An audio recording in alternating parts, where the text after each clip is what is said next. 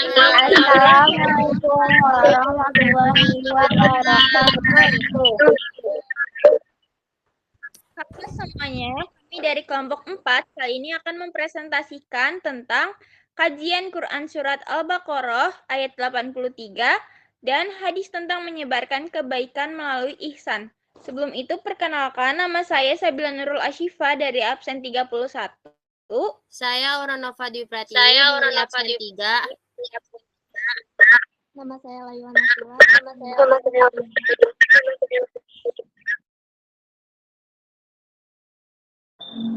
Nama saya Septiani pun dari absen 30. Nama saya Vivi Septianingsi dari absen 35.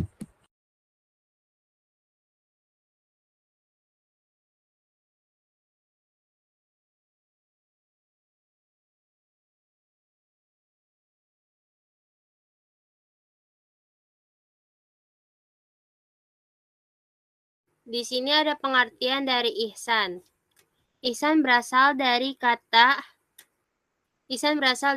ahsana yang secara bahasa berarti berbuat baik, memberikan yang terbaik dan melaksanakan sesuatu dengan seluruh potensi kemampuan atau tekun.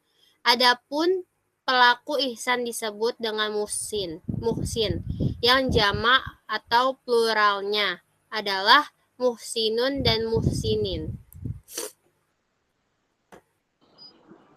Selanjutnya, ada kedudukan ihsan dalam Islam.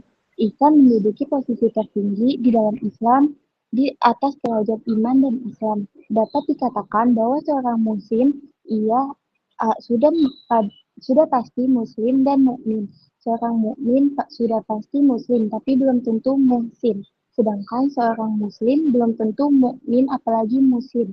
Kedudukan ihsan di atas iman dan Islam ini berdasarkan dalil dari sebuah hadis yang sangat populer yang dikenal dengan hadis Jibril.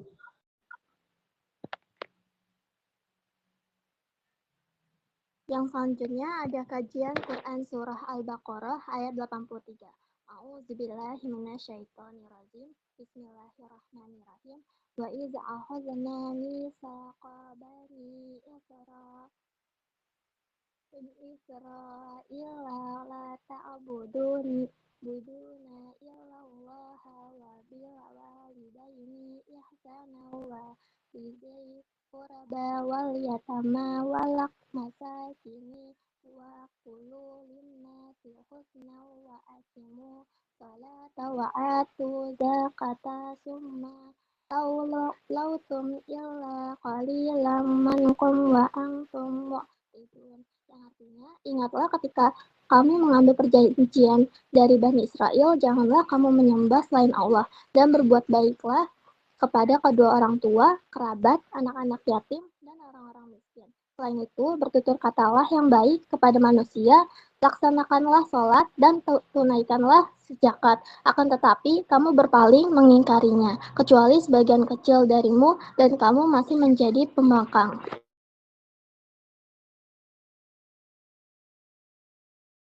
Nah, yang selanjutnya ada isi dan kandungan ayat dari surat Al-Baqarah. Yang pertama itu perintah mengabdi hanya kepada Allah Subhanahu wa taala, yaitu dengan tidak menyekutukannya. Selalu berbuat baik kepada orang tua, kerabat, anak-anak yatim dan orang miskin. Yang kedua itu larangan mengikuti sikap umat terdahulu yang banyak melakukan pembangkangan, berpaling dan mengingkari ajaran yang dibawa. Yang ketiga itu bergaul dengan sesama manusia harus mengedepankan sopan santun dan akhlak yang mulia. Nah, yang keempat itu harus ada keterkaitan antara dimensi ritual dan dimensi sosial. Artinya beragama itu harus dihayati dan diamalkan, sehingga semakin kuat iman seseorang harus semakin baik akhlak dan budi pekertinya. Berbuat baik kepada orang tua itu merupakan kewajiban yang harus dilaksanakan oleh setiap anak. Sebab melalui perantara kedua orang tua itulah Allah Subhanahu wa taala menciptakan keberadaan diri. Nah, yang terakhir itu berbuat baik itu luas cakupannya, bukan hanya terkait kepada terkait ibadah kepada Allah Subhanahu wa taala tetapi melingkupi hubungan sosial kemasyarakatan. Hal ini berarti menyebarkan kebaikan itu luas, seluas alam semesta ini. Meski harus disadari bahwa objek kebaikan itu berurutan mulai dari diri sendiri, orang tua, kerabat terdekat, sampai masyarakat sekitar.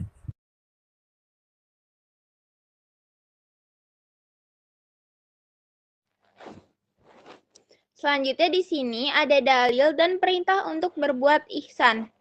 An Abi Hurairah qala kanan Nabi sallallahu alaihi wasallam bariza yauman linnasi fa'atahu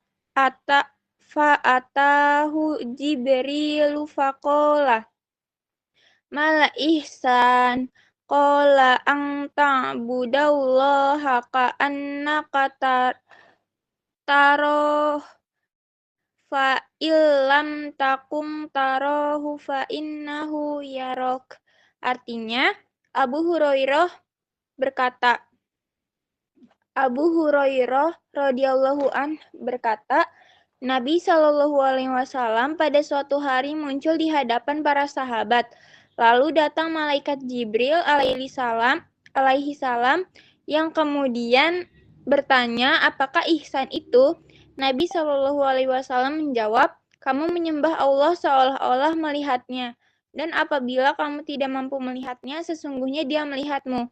Hadis riwayat Bukhari. Nah, kandungan dan makna dari hadis tersebut yang pertama yaitu Rasulullah Shallallahu alaihi wasallam mendapat pelajaran langsung dari malaikat Jibril bahwa dalam memberikan nasihat itu perlu variasi, seperti penggunaan metode dialogis interaktif supaya lebih mudah dipahami dan tidak bosan. Yang kedua, Rasulullah Shallallahu alaihi wasallam menjelaskan bahwa hakikat ihsan adalah beribadah kepada Allah Shallallahu alaihi wasallam dengan penuh keikhlasan dan merasakan adanya pengawasan Allah Subhanahu wa taala dalam setiap gerak-gerik yang dilakukan manusia. Yang ketiga, selalu menyebarkan kebaikan dengan ikhlas tanpa adanya niat untuk pamer dan ria, tidak mengharapkan balasan dari orang yang dibantu atau ditolong dan bersemangat dalam melakukan semua kebaikan. Cukuplah Allah Subhanahu wa taala saja yang membalasnya. Karena sekecil apapun kebaikan itu akan selalu dilihat dan diawasi oleh Allah.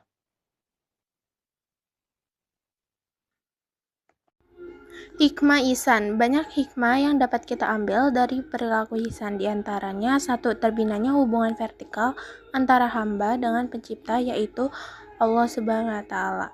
Yang kedua, terjalinnya hubungan baik antara anak dengan orang tua. Yang ketiga, tertanamnya rasa empati kepada sesama umat manusia. Yang keempat, terciptanya lingkungan masyarakat yang harmonis dan saling peduli. Contoh perbuatan ihsan. Yang pertama, contoh ihsan dalam melakukan ibadah sholat, yaitu melakukan sholat dengan penuh khusyuk, tidak ria, melakukan semua prosesnya sesempurna mungkin, berupaya mencontoh cara sholat Nabi Muhammad SAW sebaik mungkin dengan melakukan sholat seolah-olah ia melihat dan diawasi oleh Allah Subhanahu wa taala. Contoh ihsan dalam kehidupan sehari-hari seperti melakukan pekerjaan kantor dengan tekun dan sebaik mungkin melakukannya tulus dari hati, bukan karena ingin mencari muka, melainkan rasa tanggung jawab dalam diri untuk melaksanakan beban amanah yang ditanggung jawabnya.